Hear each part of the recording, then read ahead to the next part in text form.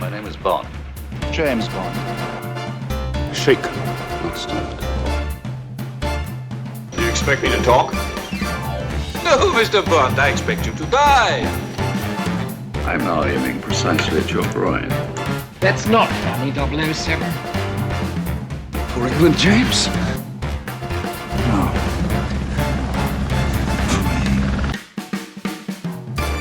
Hello everyone and welcome back to Enter the BondVerse. We this week are looking at the 1965 alleged movie Thunderball. 1965, that's what Google tells me. I am your host Nathan, one of your hosts anyway. I'm joined by the wonderfully talented editor, YouTube extraordinaire. Introduce yourself. Hello, I'm Kyle. And Nathan, why are you so insistent on the date of this movie? Just out of curiosity. So I'm not just like off my head, right? Ladies and gentlemen. So we were watching Thunderball for the show, obviously. And I watched it after Kyle had watched it. And in the notes we put like the movie name and the year. And I put 1966. And Kyle reads the notes and goes, "It's 1965, by the way." And I was like, "What? No, like I didn't just make up 1966. Prime Video says Thunderball 1966." And Ken was like, actually, like, fine. It was 1965. And we both, like, he looks up on Google and then I sent him a photo of Prime Video just to, for my own mindset, so he thinks I'm not just making shit up at the seat of my pants. Okay, here's my guess of what happened. Because this movie apparently came out on, like, December 29th of 1965. Is it possible that the US release was in 1966? It's possible. That's very possible. Because 1965 is the UK release. Yeah, I think that's incredible. That's more than likely. I was kind of thinking that. You know what's fun, Kyle? Uh-huh. We're recording this 9 days short of the anniversary of the film's release. Oh, that's true. Yeah, we should have waited. Obviously, we should have skipped a week. Well, that's probably. We should have recorded. Yeah, record this on Christmas Day. Let's go. A Christmas Day Thunderball. We'll get a bit of and you know what? Everyone loves a bit of Tom Jones on Christmas Day, don't they? I'm sure. Yes. I don't even want to talk about the film. I just want to talk about the song. I love Thunderball. I think I've listened to this song more than I've seen the film. Fascinating. I think this song is a massive step down from Goldfinger. Goldfinger's like iconic. It's synonymous with Bond, right? But I am someone who in my day-to-day life, not as something to comment on as a Bond song, but I think all the Bond songs are just such bangers that are in a frequent rotation, right? I've probably listened to Goldfinger more than I've seen Goldfinger, right? Thunderball's also the same case, and I like Tom Jones, so he's just got that like striking voice. I don't know how to. I feel like Thunderball as a song is like We Have Goldfinger at Home. Well, do you want to know some interesting trivia? Okay, sure. Give me the trivia. So, when they were making Thunderball, they didn't get Tom Jones to do this song. Oh. They got Shirley Bassey. Interesting. Okay. And it was a different song called Thunderball. And apparently there was something wrong with the performance that she gave. I don't know if it was her fault or technical fault, but they couldn't get her back to re-record it. So they got another singer in, not Tom Jones. But Shirley Bassey found out about this and she was pissed. She was not happy. Yeah. So in order to avoid any legal disputes, they had to write a new song for Thunderball. Mm-hmm. And this is the one they got Tom Jones in to sing. So this one was kind of their runner-up song. This isn't the original song they wanted to go with. You know what, Nathan? That makes a lot of sense. Yeah, you plugged that in, yeah. Uh-huh. And then also my other favourite, but this is probably the headline bit of trivia for this song that I tell everyone, like everyone rolls their eyes because I love this fact. So Tom Jones passed out singing this. Okay. He strikes like Thunderball and he holds the note and it gets higher, and then for the crescendo at the end he just goes with it. He just holds such a high note and screams it. Yes. So in the recording booth, the music producer and Tom Jones have both corroborated this story. They both said it. That basically Tom Jones fainted holding that note at the end, and they were listening to all the different takes of that line, and the one that he passes out, they all agree is the best one, so that's the one they use. Okay. So you got to listen to that, Kel, and think, See the end of that song? Tom Jones, fucking, the room's spinning, he claims. Hits the deck. Yeah, the room's spinning around him. So I just think that's real commitment to the art. Well, that's great, Nathan. That's really good. That's probably the most interesting thing you could tell me about the movie. well, we should get into this. I didn't enjoy this movie. I think this might be the most boring movie we've watched so far. So this is the first time you've seen Thunderball, yeah? Apparently so. I thought I'd seen it before, but apparently not. Or when I was a kid, I just totally blanked out everything because it's very boring. So I've seen this film before, also like on Prime Video and stuff. I've never seen it in theaters. I have seen a surprising amount of these movies in the cinema because they've done reruns, but this is one that I haven't seen in the cinema before. But I remember liking this movie a lot more than I did watching it for this. You said at the end of the last episode that you like Thunderball. Yeah, I did. This is like the Avatar of the 1960s. This is, The Way of Water for 1965. This is blue people Avatar, you mean? Yeah. Yes, I'm not The Last Airbender. Yeah. No, this is the James Cameron's Avatar, The Way of Water for 1965. Because I think a lot of this movie, on top of its weird pacing, is really held up on the technical feat of all the underwater filming. Yes, there's I want to say at least a third of this movie is underwater. And listen, for I'm sure it's great. The 70s done the same thing with Star Trek the Motion Picture, giving you just long sequences of slow beauty shots of spaceships. That's everyone's favourite Star Trek movie, yeah. You know what I mean though, right? I'm saying it's not uncommon. No, yeah, I right? know what you mean. Yeah, this is a technical masterpiece type movie. Yeah, technical masterpiece type movie. But when we are many years past it, and underwater isn't as nice as space, that is just a bit boring. Yeah. It does have quite a cracking opening, and I think it's got good bits in it, but I must have, the last time I watched this, just been phone doom scrolling whilst watching the movie, and just I'm not retaining the boring parts because I wasn't paying attention during the boring parts, Yeah. Because I gotta say, when I go to, I don't know yet, but in a few months when I think of this movie, I'm probably not going to think of all the long underwater segments. I think I'm just going to maybe think of the bits of the film that I liked. You're going to think of the high action 2-minute intro? Yeah, possibly. I'm going to think of a lot of the scenes with number 2. Mm-hmm. I really like number 2, Kyle. What's his name? Lorna? Something like that? Yeah, something like that. I never actually noted his name. I'm just calling him number 2 because I'm in full Dr. Evil mode. Man with eye patch. His name, number 2. Yeah. Yeah, exactly, right? But, I like Domino and stuff like that. I think this has actually got a fairly good hearty cast of characters. Felix Leiter, apparently, allegedly, so they say, is back. Felix Leiter, number 3. Is that what one we're on now? Yeah, well, we had one. Yeah, we had 4 Bond movies and 3 Felix Leiters. Oh, yeah, because he wasn't in one of them, wasn't he? He Yeah. wasn't in From Russia with So Love. I was wondering about this, and maybe you might know more. Because obviously the rest of the supporting cast is all the same. It's with the same Q, it's the same M, it's the same Moneypenny. Why can't they not get a consistent Felix Leiter? What's the deal here? I wonder if it's just because they're having to ship in an American, and they just hire whichever old American. They're all the same, Kyle. we need just a white East Coast American, Uh-huh. He'll do. Someone that's been to Washington, D.C. once in his life, and that's good enough. Yeah, because we should be clear. He doesn't look this. They look like they're completely different men. No, they do not look even remotely similar. Yeah, it's not even a subtle recast. It's just snap to a different person in the same continuity. You know, and if it wasn't for Bond going, "Oh, Felix, nice to see you," we'd be like, "Really? Yeah. Are you sure?" I think Bond's been drugged, Kyle. Felix is his code name for I don't know who you are. Right, yeah. It's American Spy is Felix Leiter, yeah. Bond's mate brain, yeah. Maybe that goes to there's a theory that the name James Bond's actually a handle name like 007 is. Yes, I figured we would get into this when we start switching up Bonds, yeah. Yeah, but I wonder if that's the case for Felix Leiter. They just charm through Felix Leiters. Yeah, he's like, "Oh, you're the new Felix, hello." Mm-hmm. Or do you think they're just briefed at the CIA before he goes in? It's like, okay, look, this guy, he's going to call you Felix Leiter. Just go with it. It's easier if you just go with it. He's a demented British agent, but he always seems to pull through, so you just need to accept it. Don't piss him off. That's why the one from Goldfinger was just like a number one James Bond fanboy. Uh-huh. It's like, oh, good old Bond. Just, oh, look at him go. Hello, Dink. Yeah, absolutely. Anyway, we don't start with Felix Leiter. We start in France. We do. It's a strange opening.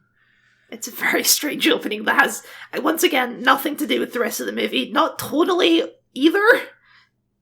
I mean, actually it does, because he's at the funeral of a guy who's dead. That comes up later in the movie. Yes, he's also the assassin that he takes down was number 5 or something. Something like that. Number Yes, 6. we're back to Spectre. Yeah, we're back to Spectre. When it's bigger and better than ever. Yeah, it's certainly bigger. Do you think it's better? You don't like the big leather chairs that electrify you then dispose of you? Yeah, it's all going a bit Dr. Evil, isn't it? Yeah, I quite like this Spectre chamber. But anyway, sorry, we're jumping ahead. I'll let you continue and I'm going to shut up. Well, okay, yeah. So James Bond is at this funeral. He follows the widow home. He sneaks into her house. But turns out it's not a woman at all, Nathan. It's a man, honey. It is a man, honey. But Bond knows.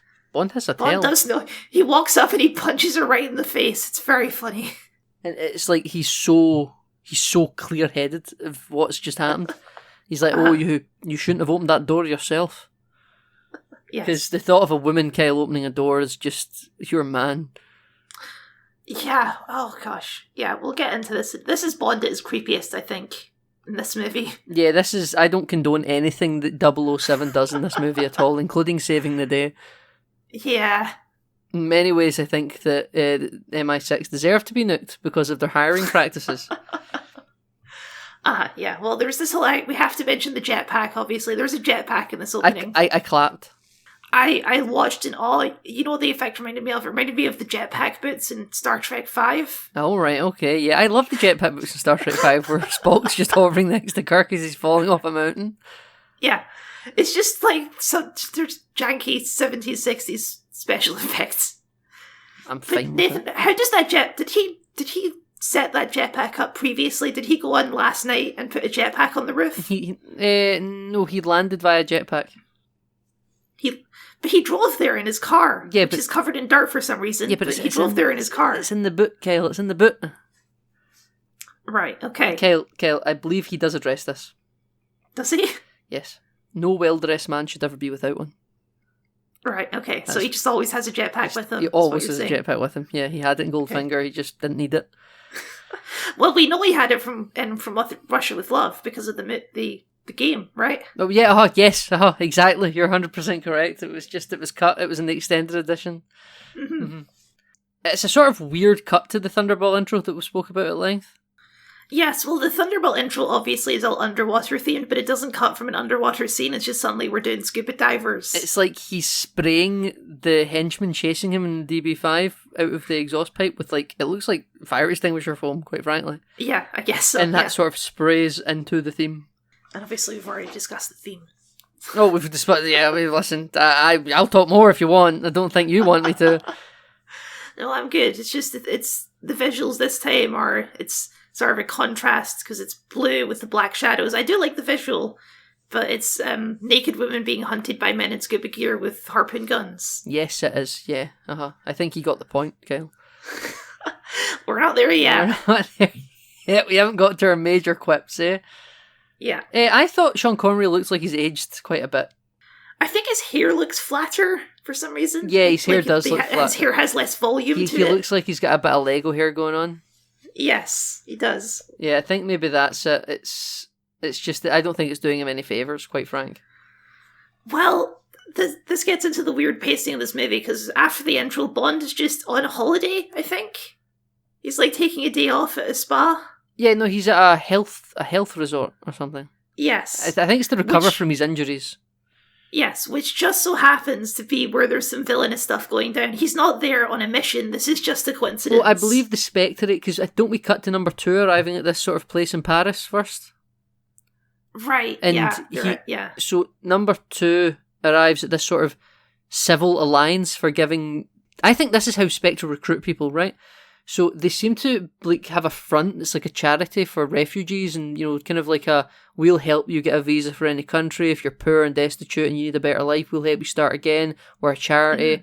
But then so number 2 comes in as there's a person behind a desk explaining this to some poor couple, and they're like, "Welcome back, Mr. Number 2's name," and he walks out of the room into like a room with a cupboard that's a secret sliding door.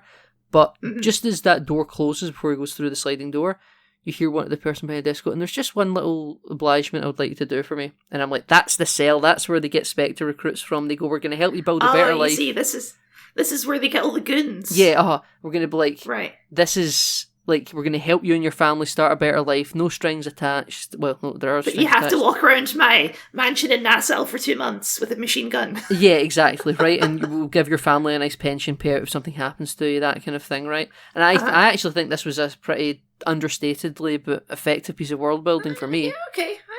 I didn't pick up on that. I think I think you're onto something there. Yeah, I'm going to give the film credit, right? And we go into the Spectre boardroom with number 1 up in his Venetian blinds room. Yes. Just although you looking can down. still see that he definitely still has hair behind that thing. He's like a silver fox up there, I think, isn't he? Yeah, they didn't know what they were really going to do with Blofeld at this point. But still don't call him Blofeld, yeah. Nope. Still just number 1. Number 1. That's what I don't call him Blofeld once in my notes at the moment. He's just number 1. So I go, "Oh, hello, number 2," because of the eye patch, right? And then, "Hello, number 1," Yep. and then they immediately go, "Number 6 is dead," and I was like, "Oh, F number 6." And then, like, I'm just in this note, they're going, like, "Number 5, what do you have to say? Number 4, number 6. I'm like, there's too many people getting mentioned here. And then number 9 dies because number 11 and number 9 were trying to get a money heist going, but number 9 was embezzling. So yes. number 1 kills number 9. It's like a quarterly reporting call, basically. Yeah, it is. They're all coming in to explain how much money they've made for Spectre. Yeah, exactly. But I love this room. I think it's just a fun room. I mean, it's a room where people die. Yeah, but I like the big leather chairs. They look quite comfortable. They don't look overly like padded, but you can sort of lounge back in them. It's very 60s. Very 60s, yeah. I'm a fan. What do you want? They have a Spectre agent called Count Lippy, Kyle, who is going to be sent to the health clinic retreat to deal with Bond, who killed number 6, who's the man in drag from the beginning of the film. Right, okay. So you see how this all ties together? Kind of. Why do they bring, like, jumping ahead a bit, part of Spectre's plan is they're going to replace this guy with a doppelganger who they've given plastic surgery to look exactly like this guy, right? And he's a pilot in the British Army, or no, the NATO base or something like that. And he's been going through years of surgery, yeah. Yeah, so, but why did they kill that guy at the health resort? Because is it just a coincidence that Bond is at a resort next to the NATO base? I mean, why was he next to Goldfinger in Miami, right? Well, I think we started that Felix later called him there, right?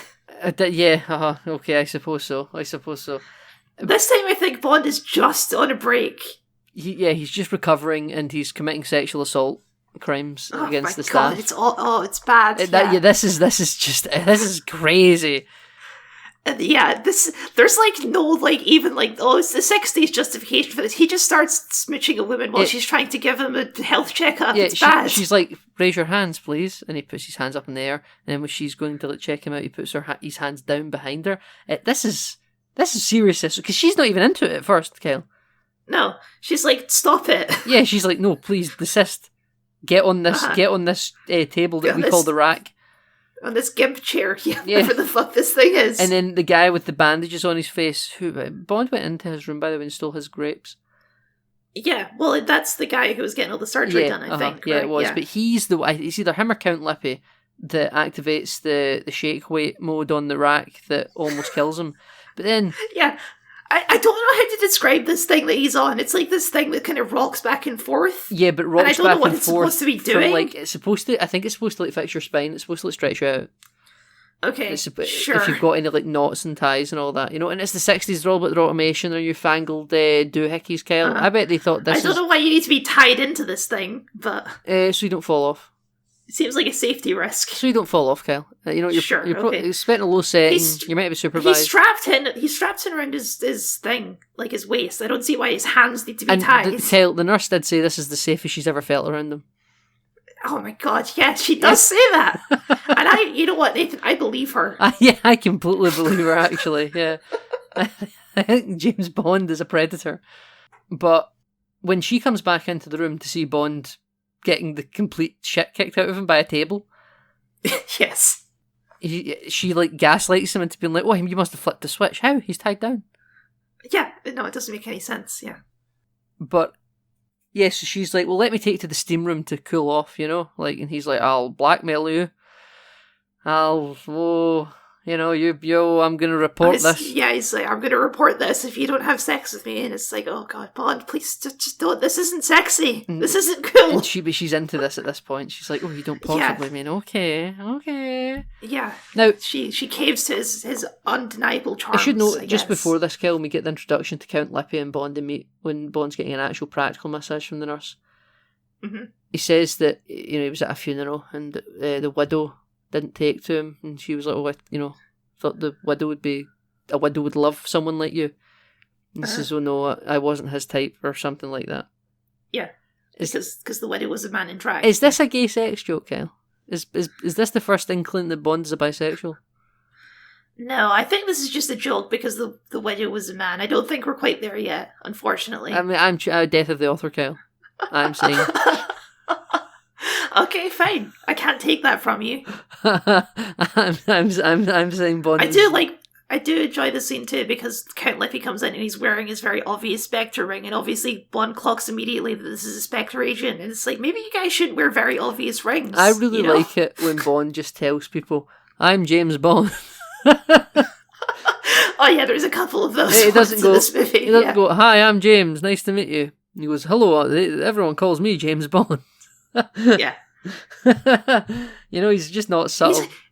This is Bond at some of his worst spying, in my opinion. Yeah, this is a career low point for James Bond. Yeah, but he calls Moneypenny to check on this Count Lippy sort, and Moneypenny says, "You're off duty. You need to be getting resorts." And he says, "Oh, Moneypenny, I'm going to put you over my knee when I get back."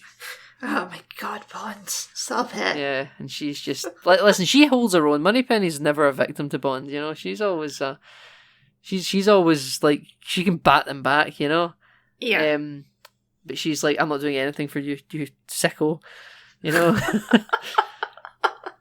Okay, so we should explain what Spectre's plan is, what number 2's plan is, right? Yep. Because we're about to get into that. So they have replaced a pilot in NATO. And they're flying a bomber that has 2 atomic bombs on it. So the plan is they're going to gas the plane so that everyone else dies in the cockpit, and then they're going to land this plane in the middle of the ocean. It's going to sink to the bottom, and then they're going to dive down in a submarine to collect the bombs. Exactly. And then they're going to use the bombs to threaten the US and UK governments into sending them £100 million. Yeah, that's exactly their plan, Kyle. £100 million, or else they will nuke a city in England or the United States, is what was said. And my first thoughts was, so we're safe then. No one's ever aiming for Glasgow. You're good. We have the nukes down the road, Kyle. We are a nuclear hotspot, actually, for being targeted if you want to disable our Trident nuclear systems, right? I mean, unfortunately, I am pretty close to New York City, so yeah, I'm even if the bombs don't hit directly, we're still getting screwed by the fallout. You have the worst kind of death.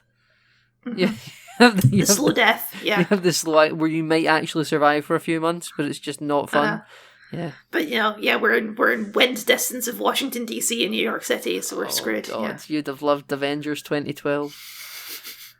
So that's their plan. $100 million. Put Pinky up to mouth. Yes. A lot of money back then.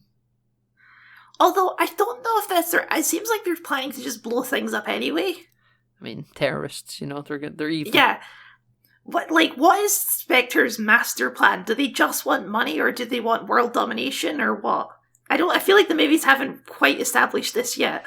Yeah, so they want money and extortion, but I think that the film also wants to ham up a bit and be like, "And we'll nuke them anyway."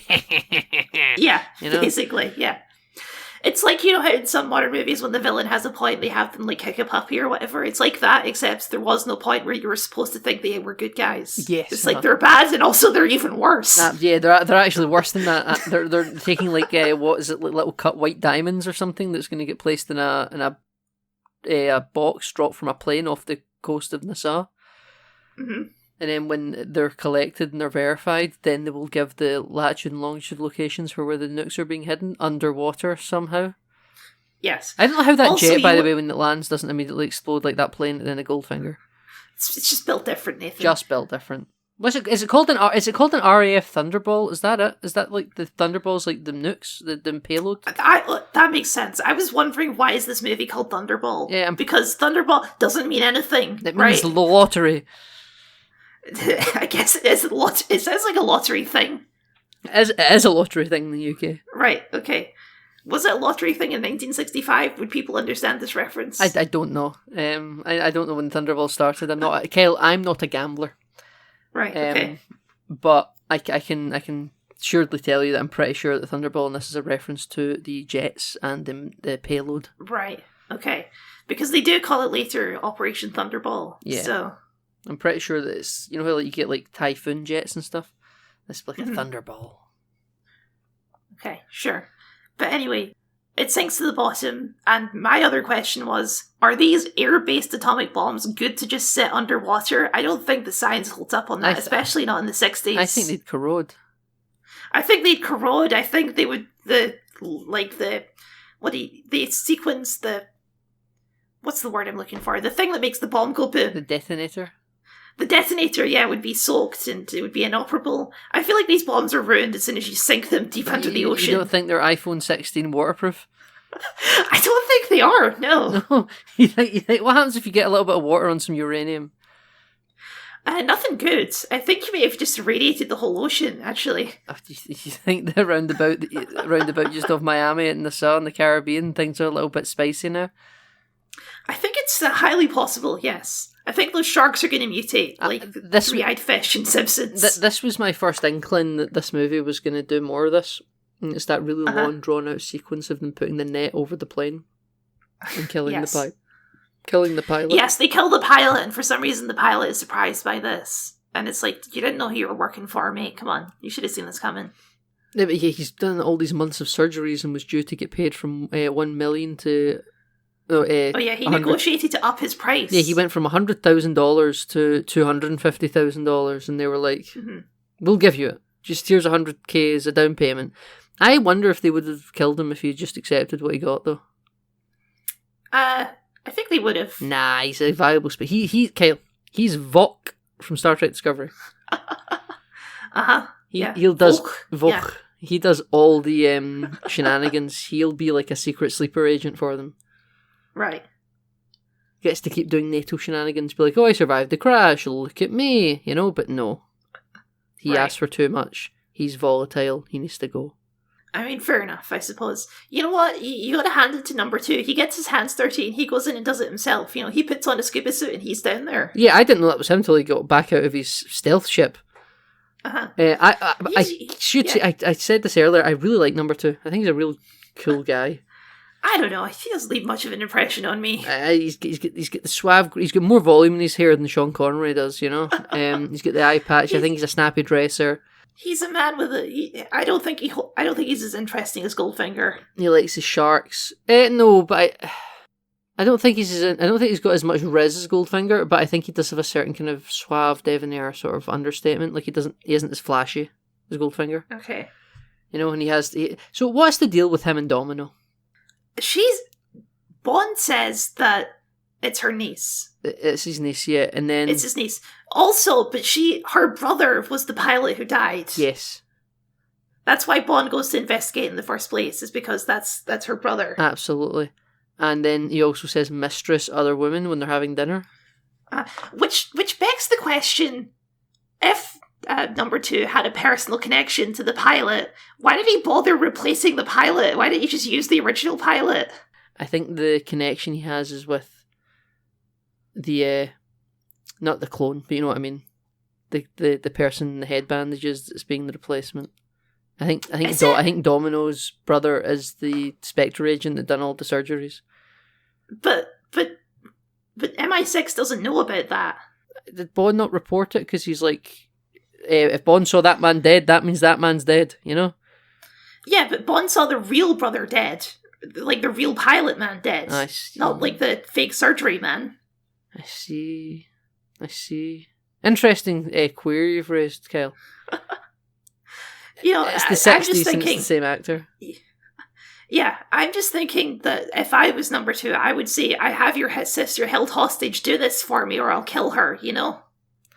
That seems like it would save a lot of time and money on this guy's surgery and training to be a pilot, you know? Yeah, no, I'm inclined to agree with you actually, Kyle. That's pretty stupid. I'd taken it. I'd given the movie too much credit. I don't know if Bond ever learns that there was a guy who was replaced. He knows that the guy died and that somehow he was still on the plane, so they assume that he was replaced, but they don't know who the doppelganger was. Yeah, they don't know who the doppelganger was, but they know he was replaced. Yeah, okay, you're fine. Yeah, we're on the same page now. I see. Yeah. No, this movie's not very good, Nathan. No, it's just a bit boring. Sorry, we skipped. But Bond goes to Nassau to go after this guy's sister because he saw the dead body in the hotel.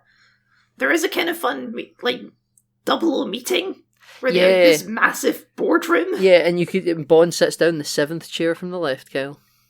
There's 9 chairs. It's all about Kingsman, yeah. Yeah, it says 001 to 009. And we don't see any of their faces but Bond's. I think that's quite a smart move, actually. I think it adds the mysteriousness to all the agents, you know? You could have met another 00 out in the field and never known. We only follow Bond stories. And the Home Secretary's here, Kyle. We're getting into some politics. Yes. Well, they're cowards for not using the Prime Minister, but who would the Prime Minister be in 1965? Oh, well, someone not memorable, obviously. I should know this, though. Hold on. Who was the British Prime Minister in 1965? Oh, come on. I told you it was Harold Wilson. There you 1964 to 1970, then again 74 to 76. Yes, I knew this. Did he have the res to appear in James Bond, do you reckon? He was a good old lefty. He hated James Bond and everything he stood for. Right, okay, good to know. He wasn't showing up for these meetings because he doesn't have time for this bullshit. No, no. He's too busy standing out there with trade unionists and coal miners. Lovely. Well, we know that James Bond does everything for Queen and Country, so... For King and Country, he says. Uh-huh. He says... Does he say King and Country? Yeah, he does. He says, you think I enjoyed that? What I did was for King and Country. But you had a Queen Elizabeth Bond, unless Queen Elizabeth doesn't exist in the BondVerse. No, I've got a feeling... No, yeah, Daniel Craig met her, remember? That's true. For the Olympics, I remember. I think that it's because back then she was still a young woman and sexism was very rife, and... They hadn't changed it all yet. No, but like a lot of these script writers and stuff, they're older, and she's only been in post for maybe 15 years at this point. So they've all lived their life. 15 years is quite a long time. Yeah, but they've all lived their life with a king, you know? If you live 50 years with a king, then you're 15 years after that with a woman. Like, you're still... I think king would probably still be in the lexicon for quite a while. Right, okay. You know? Saying nothing of the context in which he says this, but... Yeah, no, we don't need to. I don't want to. Kyle, Moneypenny calls M the old man. She does. Oh, and he takes it. We get some classic MI6 bands, office I bands. love the office bands. I just had to mention it. I don't actually think the office bands in this movie are as strong as the other ones. But there is a bit. There's the running gag of him throwing his hat. So he opens the door quietly to throw his hat, and then sees that the hook for the hat has moved behind the door, but he can't see it. So he's like, "Oh, I can't throw my hat." Yeah, so he's like, "I believe I came in with a hat." He's trying to get out of there. But we get lots of bits, you know. So we meet Domino in the boat going for a swim. We're flirting very hard to begin with, right off the bat, Kel and Nassau. And yes, he's ballsy enough to flirt with her while having another sexy lady on his boat that she can see. Yeah, so this is Pamela. This is his assistant, who he has no sexual attraction to, which blows my mind. This is also the same actress who played one of the gypsy girls in From Russia with Love, apparently. Different character, though. Or was it? could be a spy, you know. It could be a spy. It could be. We do nothing, Kyle. Kyle's going. James Bond's just going around recruiting everyone. I mean, she's not one of the 00 agents, but she could be. She could. Yeah, we never saw. You know, it's just this all 00s 1 through 6, and 7, 8, and 9 are all women. Bond's the black sheep. But he notices she has a ankle bracelet that says Domino on it because there were little moles in her leg. Yes, they don't show us that, but yes, sure. But she goes, "What sharp little eyes you've got?" And he says, "Wait till you get to my teeth." Good one, Bond. Creepy Bond. Good one, Creepy. Bond. Nah, good one. Good one. That's not creepy. That's good. That's Riz. If he touched her, that would have been creepy. Okay, sure. Riz is fine, right? You know, they're flirting. But we're suiting up here. We're going to the casino. Mm-hmm. You know, we're going to play some tables. And likes to live dangerously. Domino's there. Yes, Domino's there with number 2. And Bond does like to live dangerously. He's being a fucking fool here. He's like, I thought I saw Spectre on your shoulder. Oh yeah, he keeps like dropping Spectre into conversation. It's really funny. Yeah, I had the subtitles on for this though, and it's not spelt Spectre like the organisation. It's just spelt Spectre like the ghost. Right. But he is. He's like, oh yes, the Spectre of Defeat. Yeah, yes. Yeah. And number 2 is like, who the fuck are you? Well, number 2 is like, I know James Bond. He's one of our most hated enemies at Spectre. Yeah, he killed number 5 in From Russia with Love, or he killed Dr. No, you know? He killed number 3. He killed number 3. He killed Kleb. He killed Kleb. Which is his direct subordinate, because he's number 2. Yes. He was like, she was coming to my birthday party next month, and you killed her. She was my wife's maid of honor. Yeah. Yeah, exactly, right? She gave a speech. but Bond's just taunting number 2, and I'm just, you idiot, he's going to kill you. But then apparently he's like, I need to take this lady for a drink soon, and he's like, do you mind if I do it, and I'll let you play the game, because he wants to win his money back. To be fair to the movie does give a good reason why they're not just killing James Bond, which is if they kill James Bond, then they'll have told MI6 that the bombs are in Nassau, yes, right? So, like, fair enough. Yeah, fair enough. If they just keep stringing Bond along for a few days, that's the better solution, and then they can kill him. Yeah, after it's too late to do anything, either they've got their money or they set off a nuke. Or in case exactly. both. Yeah. But Domino goes for the drink, has dinner with him, they go dancing. Number 2 invites him to their yacht, their big boat. And then he goes to the concierge, and there's always these creepy lingering shots of the lady behind the concierge desk just oogling at Bond as he walks away. They've done this in previous Bond movies. He's a sexy man. Yeah, he's a sexy man. And then we cut into some awful ADR between Bond and Felix, which I sent you a clip of, didn't I? I don't think I picked up on it, but it was a fun clip, so... Oh, see the clip I sent you? Just go, watch it right now. I put it in my notes. Okay, and the words, there's some subtitles in it as well, but just listen to it and watch his mouth. Oh my god, that's terrible. Wow. That's really bad, isn't it? He's just not even close to what he's actually saying. He's just like, oh, should we get a drink? Yeah. Yeah. It's like they're looking at BTS footage and they've just like put it in. I'm going to say also, this is our 3rd Felix Leiter. I'm going to rank this at the bottom of our Felix Leiter this scales. is the worst Felix Leiter we've ever had. He's very boring. Yeah, he doesn't leave an impression, does he?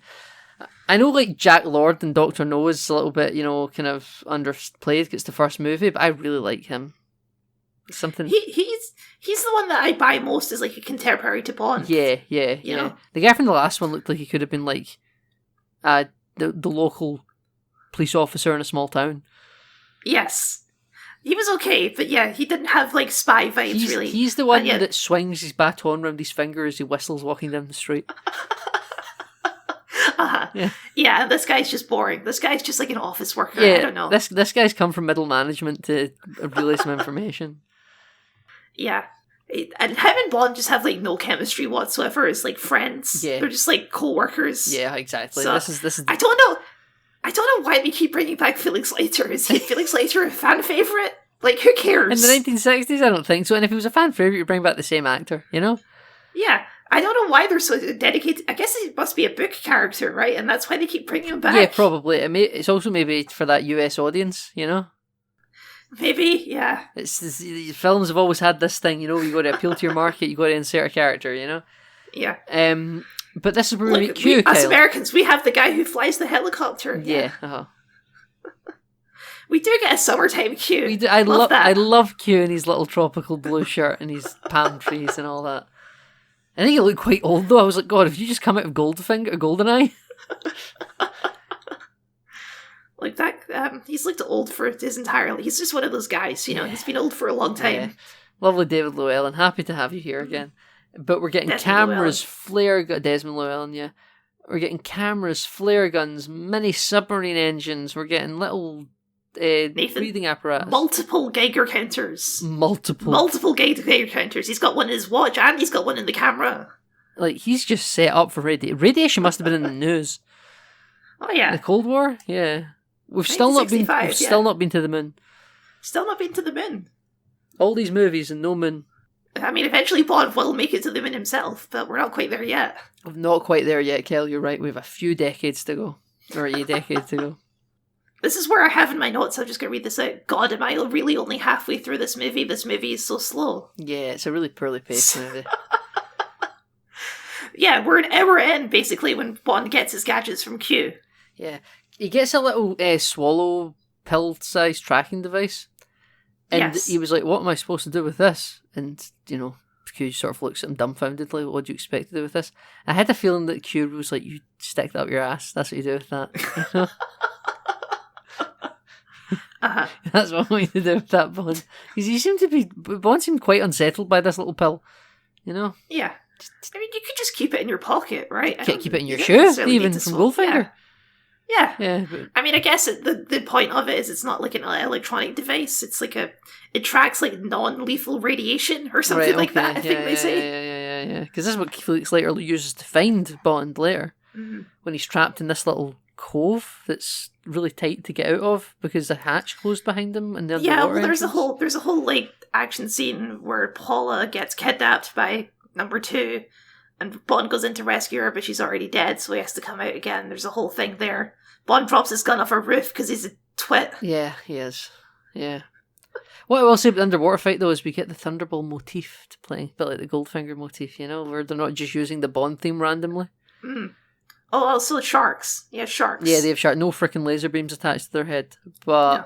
But we do get a great line with the sharks. yes, we do, Kel. Why don't you tell us? Oh gosh.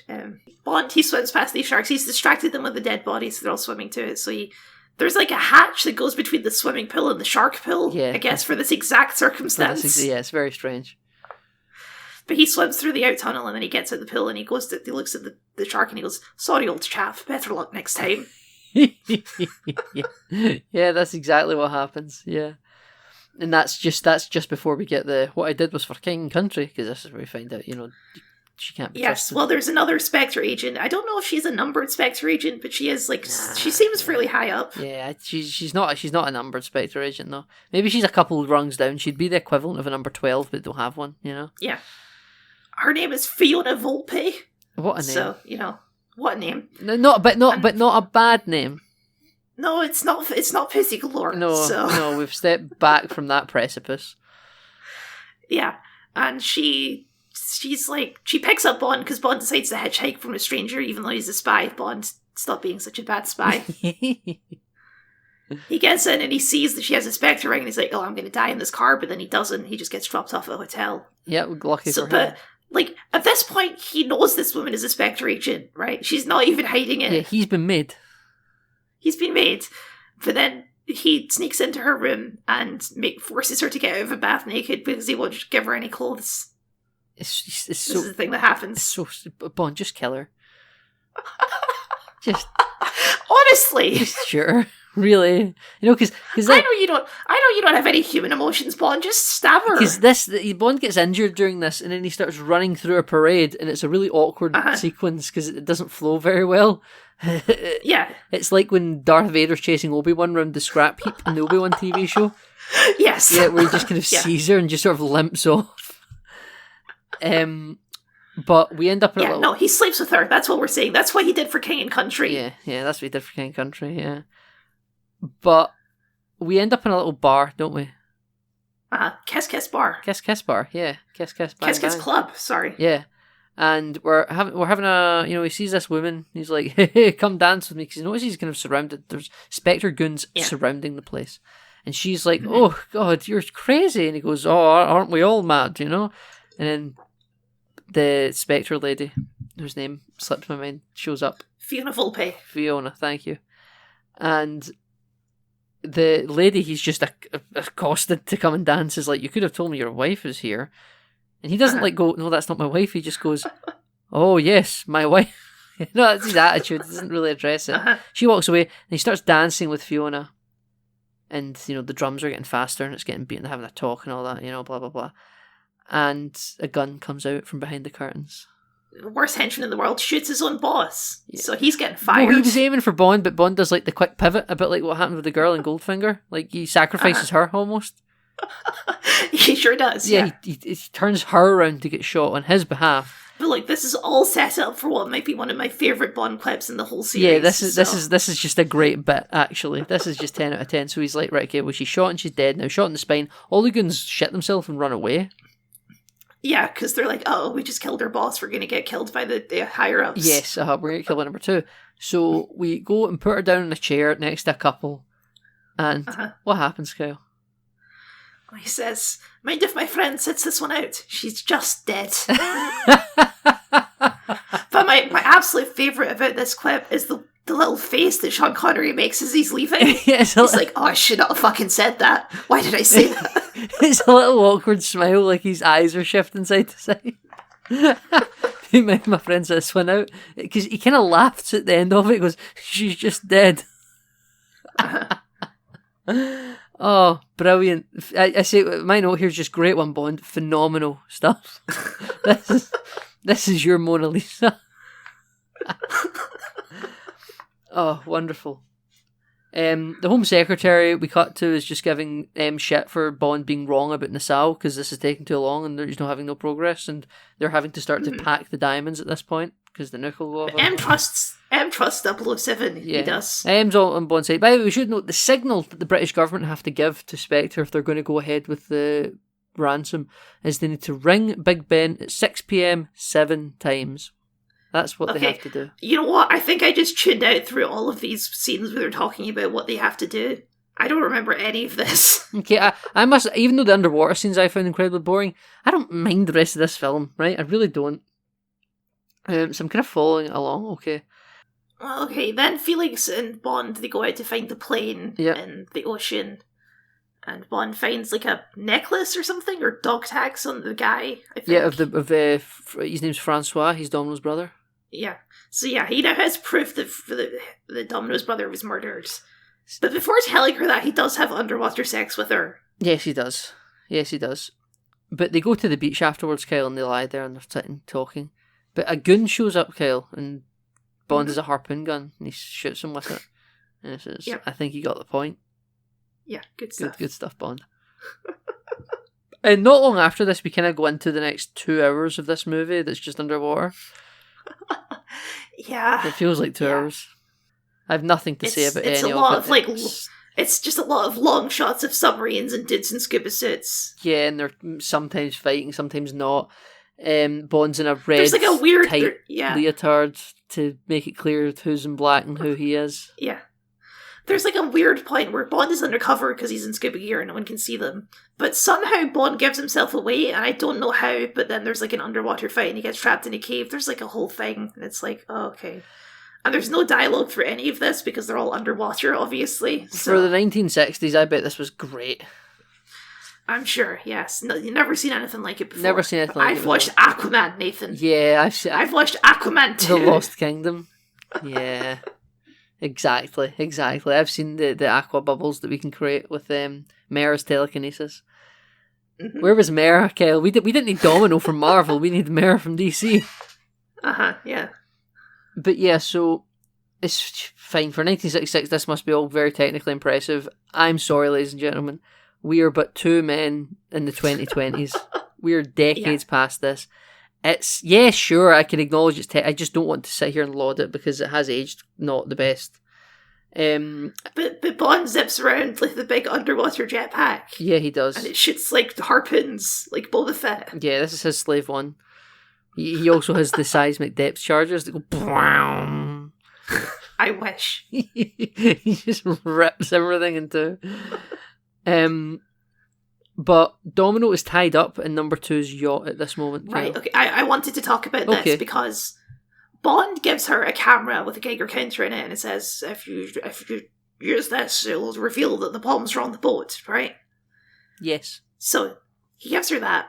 That doesn't actually, and then she has to go up on deck to reveal that they have the bombs on the boat. That's her part of the plan. That doesn't happen. Bond finds the bombs on the boat anyway, because obviously they're on the boat. You already know they're going to be on the boat. I don't know why you need to incriminate Domino at all as part of this plan. Because there could be a false flag, could be another boat. But he's already doing the whole thing to find the bombs. That was his plan. Yeah. So I guess it was like a redundant backup. Redundant backup, sure. He puts Domino in danger for no reason, is what happens. Yeah. Anyway, she gets caught by number two, and he says, "You have given me much pleasure, Domino," which is just a weird thing to say to a woman. Very weird thing to say to a woman. Especially when she might be your niece, and also potentially less than half your age. Or more than half. Yeah. Or less than half, yeah.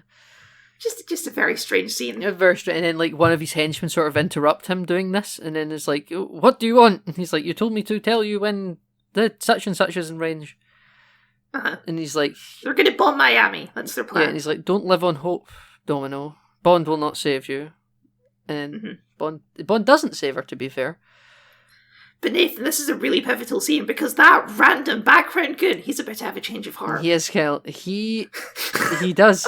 So, by the way, I was giving this film credit earlier on. I didn't mention it, but it's in my notes. There's a lot less use of rear screen projection in this movie for most of it. There's a lot of actual cars driving up on set and stuff, like they're filming on location. Well, that's about to change. Yeah. Oh boy, is it. So you get some really aggressive rear screen projection for this boat driving around. It's so funny. It's like it's like Speed Racer when they're on this boat. It's going so much faster than the boat on the rear screen projection. Out the window, yeah, exactly. It's like they're trying to dodge islands. They're gonna hit that island in half a second. Yeah, because it's coming up so fast. Exactly. It's like just always stuff coming over the horizon. Yeah. So yeah, it's pretty. I gave the film credit for its car stuff, but this is where the budget was cool, starting to string apart. So Bond comes up and he kicks the ship captain or the equivalent of it, and they start having a big fight. But then number two actually beats Bond. But before this happens, the henchman that interrupted number two earlier decides to go free Domino for some reason. Yes. He says because number two's gone mad. Yeah.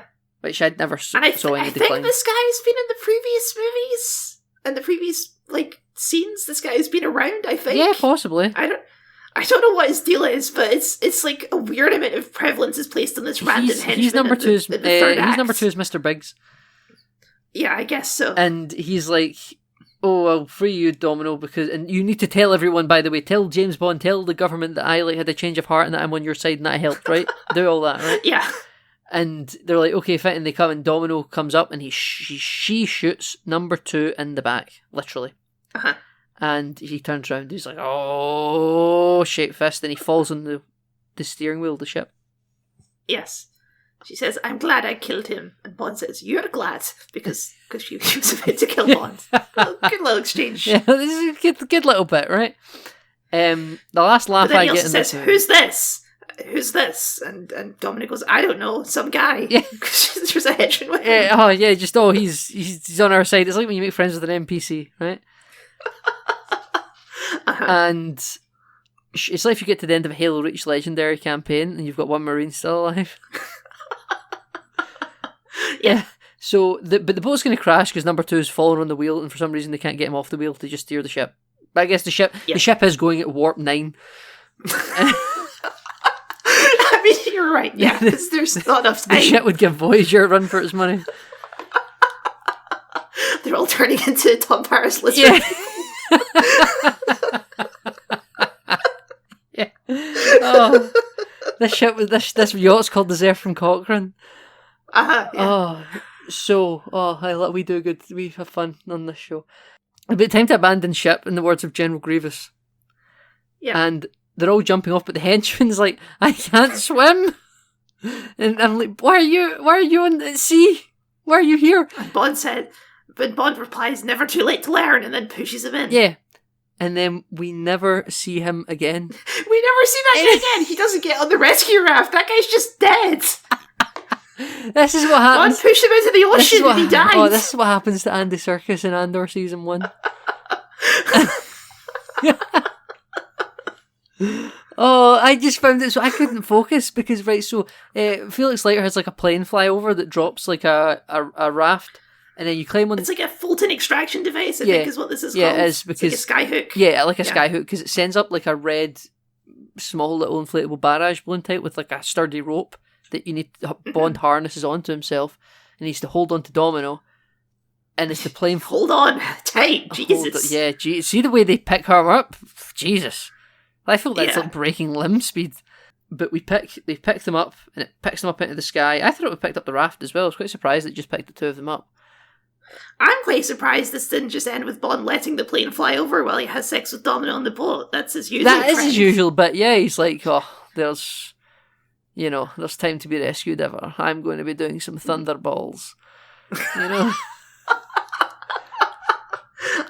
Yeah, and then, but no, it picks him up and it ends with them being silhouetted under the plane, been taken away, and the credits roll. No mention of that and the henchman's just dead beneath them, probably. We don't even see his dead body. Thanks for your noble change of heart, dude. Bye, forever. Yeah, he's not getting a mention. That I actually thought it was shockingly callous. It really is, yeah. Like that because we don't even see that guy do anything bad, I don't think. Yeah, it was just like the script needed something to happen and couldn't work out how to do it for some reason. Yeah, you could have just had number 2 shoot him or something. I don't know. Yeah, exactly. Right. Instead, they just decided, well, I feel like this is one of the movies. I know you don't shoot movies in order, right? You shoot it all out of order for your location shoots and stuff. This was like a movie they shot in order, and by this point, they were just ready to be done. Yeah, they're like, oh, we've introduced this character. I don't give a shit. He drowns. Yeah. Whatever. It's so jarring. Yeah. But that's Thunderball, Kyle. That's Thunderball. Yeah. And we've not their best work. We've really cut this down. Like, this movie's 2 hours long. It's over 2 hours long. And so much. I mean, how do you summarize? And then they swim around, and then they swim around here, and then they swim around to this part. There's a part with an underwater wreck that they swim around. Yeah, that's true. I swear to God, they could have just... See, you don't need to play the song again, though. I would love it if they did. See if you just play the titles of the Thunderball intro over all the underwater bits. It's about the same. Yeah. There's like a whole like deep sea underwater battle between the Americans and Spectre. It's very silly. Yeah, just Kyle. And number 1 still out there somewhere, yet to be revealed in another film. Still out there somewhere, along with a bunch of other numbers. Kyle, what are we watching next week? Well, actually, sorry, bit of housekeeping. We're not doing an episode next week, are we? Because next week's Christmas and New Year. Next week is Christmas and New Year. We're going to take a week off for the holidays to spend time with our family and things of that nature. Exactly. But we'll be back in the New Year. This is going to be your... This probably by the time it comes out, this will be your Christmas episode. Probably. Yeah, we're so sorry. But Merry Christmas, Happy New Year. Merry Christmas and Happy New Year to everyone, yeah. This is our... Even Discord gave us a Christmas ringtone. You know? It did, it was lovely. It was lovely. It was really nice. We're feeling that festive spirit, a bit like James Bond. Always just a Christmas titan, isn't he? Oh yeah, absolutely. But Kyle, where can the people find you online? Well, they can find me next time when we come back when we're doing You Only Live Twice. You forgot that part. Yeah, okay. Yeah, you're right. We are doing, Nathan, in the new year, You Only Live Twice. Nathan, the people can of course find me at Kyle the Scott on YouTube, where I do video essays and game critiques. I'm working on quite a significant project right now, which has been a lot of work, but it should be fun. Ladies and gentlemen, hopefully that'll be out before Christmas. I know what this project is, and I'm very excited. Yes, Nathan has been getting updates on my progress on this one. I love his psyche unraveling. Yep. It's a bit of a rabbit hole, but that'll be out soon, hopefully. Nathan, where can the people find you? The people, as always, Kyle, can find me online on all good social media hosting outlets such as Twitter, Mastodon, Blue Sky, Threads, Instagram, wherever you need me to be, I'll generally be there. And of course, in Kyle's comment sections from time to time. I also run the @NameNotIncluded Twitter account for Enter the BondVerse, posting where episodes up there. The occasional GIF. I post a little John English GIF for Goldfinger, Oh, you're mixing things mixing up there. things up a little bit. Yeah, absolutely. So we're having fun.